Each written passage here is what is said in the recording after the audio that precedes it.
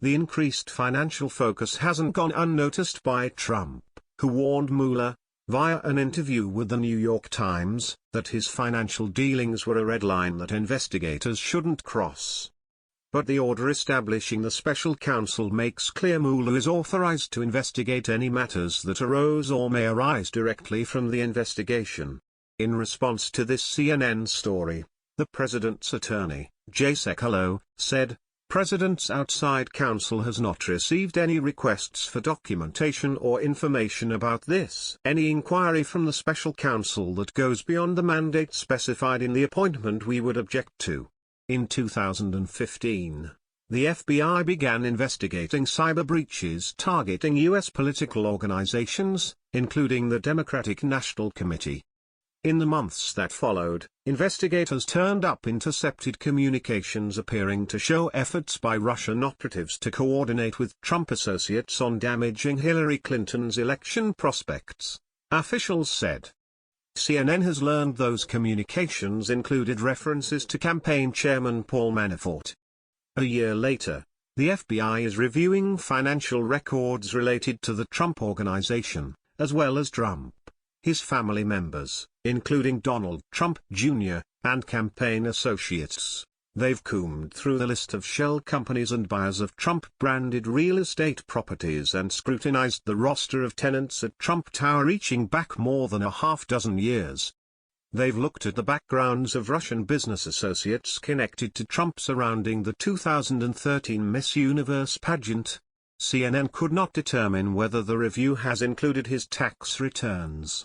Trump has denied any collusion and maintains that his business empire has no involvement with Russia and that he has no loans, no nothing from Russia. His lawyers have detailed a few exceptions, including the Miss Universe pageant he held in Moscow and the Florida mansion he sold to a Russian oligarch in 2008. Trump earned more than $100 million from those deals, according to his lawyers.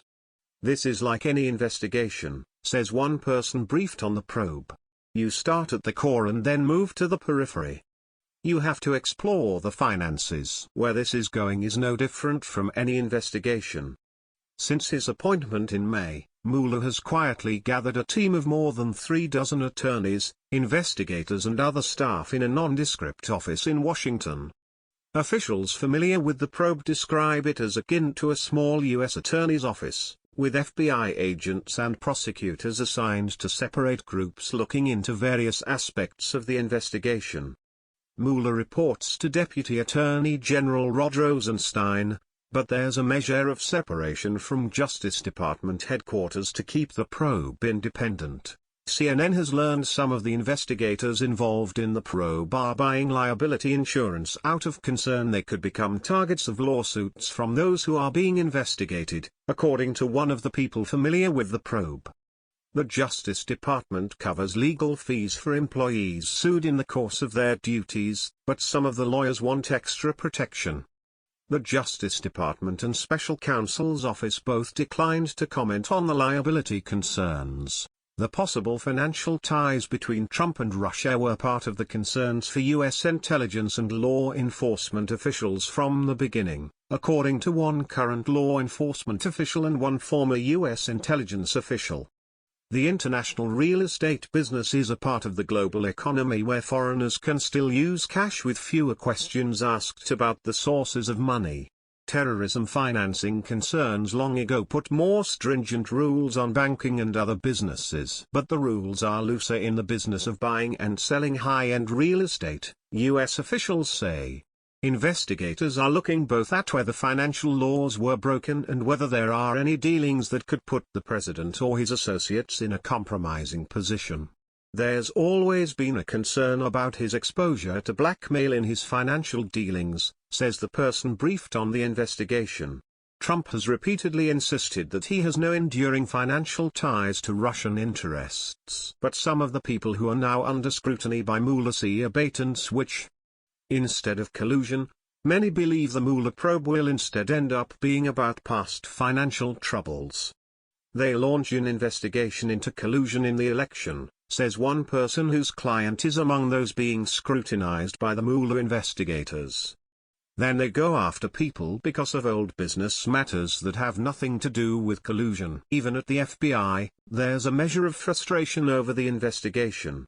Worse yet, some FBI officials fear the question of whether there was any criminal coordination or collusion between the Trump campaign and Russia may never be answered.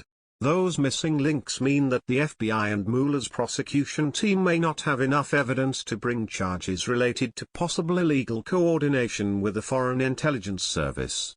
Instead, prosecutors could pursue financial crime charges unrelated to the election. Investigators also face a big hurdle. Those participating in the intercepted communications were foreigners, outside the reach of the FBI, who may be exaggerating or lying about events.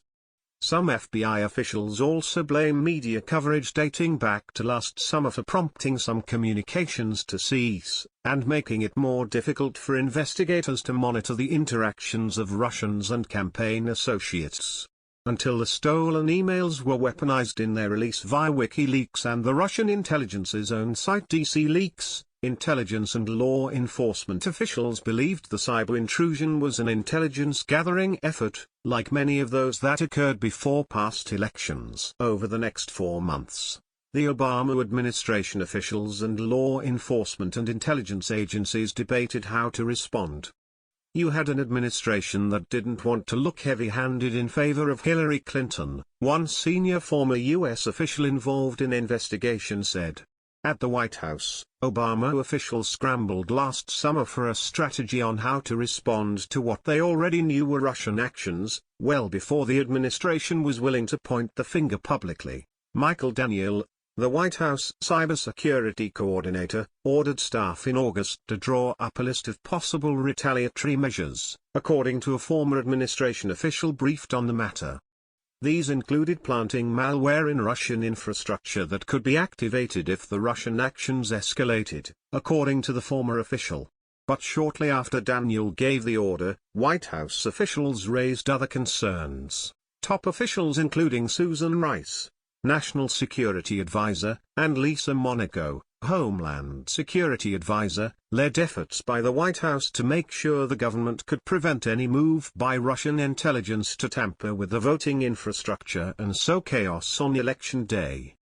Daniel, in an interview, declined to discuss specifics about measures considered in response, because much of the information remains classified. But he said one top concern for White House officials was it not appear we were trying to be partisan in what we were doing.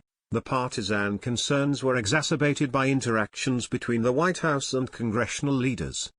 Monaco traveled to Capitol Hill to try to get top leaders of both parties to send a letter to state governors to urge shoring up of their defenses of election infrastructure, but they were rebuffed by Republican leaders, who viewed the request as partisan. According to current and former officials briefed on the discussions, Daniel told CNN he and his cyber response group worked quietly, reducing the number of people allowed in meetings to avoid leaks. We didn't need to do the Russians' work for them, Daniel said. We needed to develop diplomatic options first, and we put the other options on the back burner. The approach to the Manafort and Flynn probes may offer a template for how investigators focus on possible financial crimes could help gain leverage and cooperation in the investigation.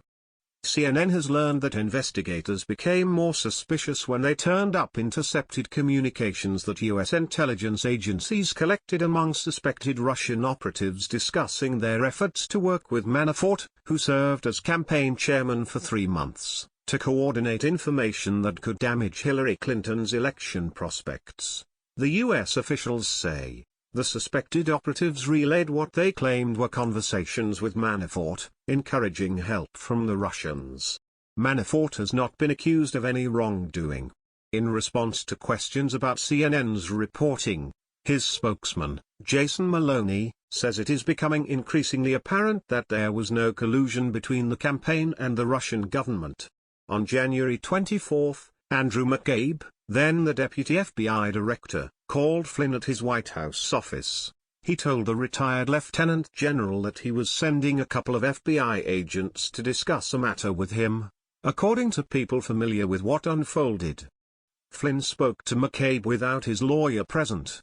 At the FBI, the decision to approach Flynn was debated at the highest levels, including by Comey, according to sources familiar with those discussions.